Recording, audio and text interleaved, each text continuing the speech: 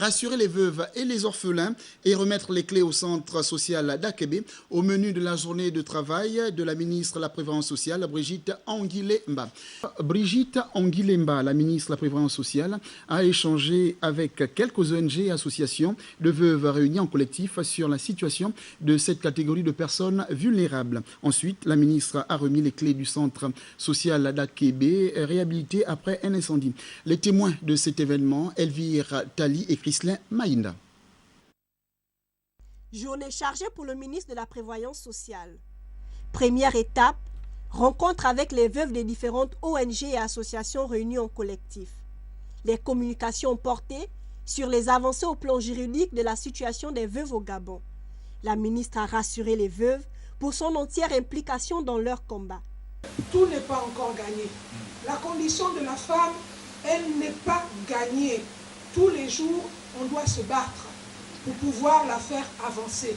Notre pays, où il y a les meilleures lois, mais notre pays est aussi un des pays où les lois ne sont pas souvent appliquées. Un de notre rôle au jour d'aujourd'hui, ce sera de contrôler, de veiller que ces lois-là sont réellement appliquées. Seconde étape du périple de la ministre, le centre social d'Akébé. L'incendie survenu sur les lieux n'est plus qu'un triste souvenir. 11 jours après, la structure présente un nouveau visage, grâce à la promptitude avec laquelle les autorités de la République ont réagi. Parvenir à une société juste et équitable, à tous les niveaux, est désormais la ligne de conduite devant sous-tendre toutes les actions menées par chaque membre du gouvernement.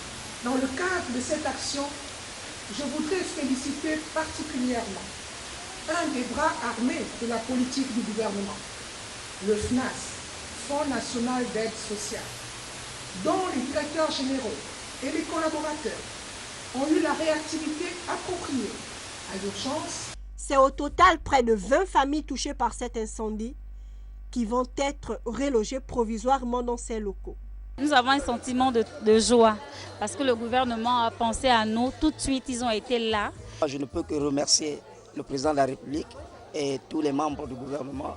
Cette cérémonie s'est achevée par la visite des bâtiments réhabilités et la remise d'un important don composé de kits alimentaires, kits scolaires, du matériel électroménager, pour ne citer que cela, à ses compatriotes économiquement faibles.